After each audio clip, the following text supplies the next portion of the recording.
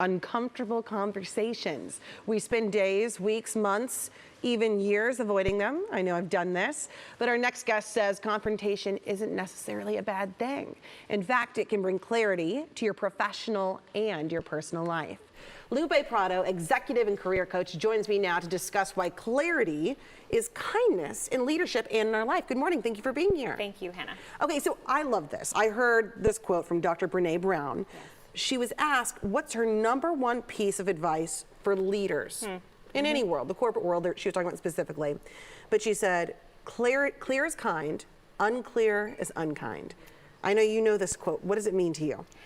So when I hear clear is kind and unclear is unkind, I think it's such a simple and powerful statement. Yeah. And it can really reframe how we think about being direct, about being clear. It's so important in professional and personal relationships. You know, you work with, some of the top CEOs in our area, and I normally think that this would be something that they would not struggle with. But you say even somebody at the top of the ladder, having direct conversations, being clear can be difficult.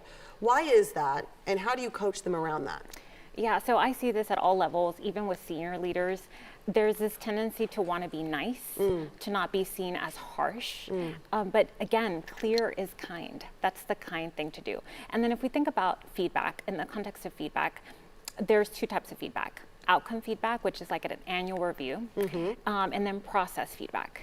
And people, how many people have received negative annual feedback, right? You didn't meet expectations, and they're surprised to find that. You're like, oh my gosh, this has been going on for a year and I had no idea. Right, and that's typically because a manager is maybe avoiding having that uncomfortable conversation. And if it's an outcome feedback conversation, the person's gonna be more defensive.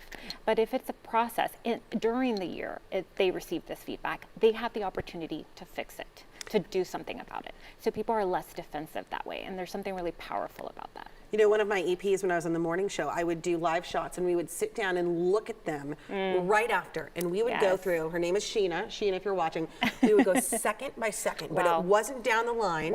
And it was specific, it was clear, and I didn't feel defensive. Do you think specificity is also key when we talk about being clear? Yes, so the 4 tips I have for around feedback is to be as specific as possible, to focus on the behavior, not the person. So instead of saying you're a bad public speaker, saying, hey, your voice was too low, you were looking down at your notes most of the time during the presentation. That gives a person the opportunity to fix something, to do something about it. So focus on the behavior, not the person. Be as specific as possible.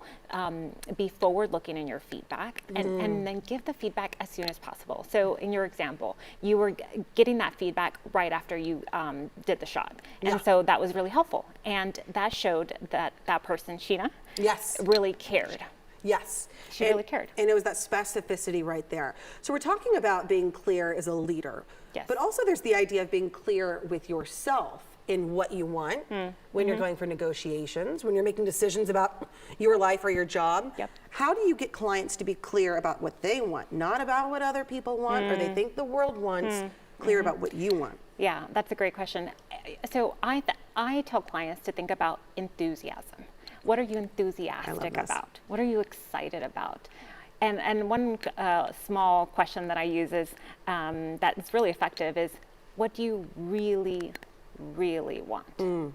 And that really snaps us out of, well, maybe I could kind of want to do that. No, do you really want to do that?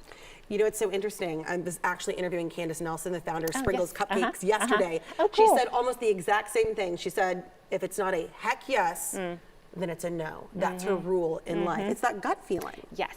Do you have that fire in your belly about it? What are some questions that you ask your clients that you work with to find, besides that really want? If somebody's sitting at home and saying, I don't know what I really want, how do you start to find it? You know, I tell clients to start thinking about, what are they curious about? What do they enjoy doing? Well, what do they like to do even if they weren't paid to do it? So I used to be in accounting, and my favorite part of the day was when people came into my office to talk about their problems. And now I get paid to talk to people about their problems. And that was a whisper, that was a hint at what I really enjoyed. Yeah, that God wink, that whisper Yes, right there. I yes. love that. I love that. So you actually talk about this on your podcast. I want to make sure people know where to find you and all your you. information.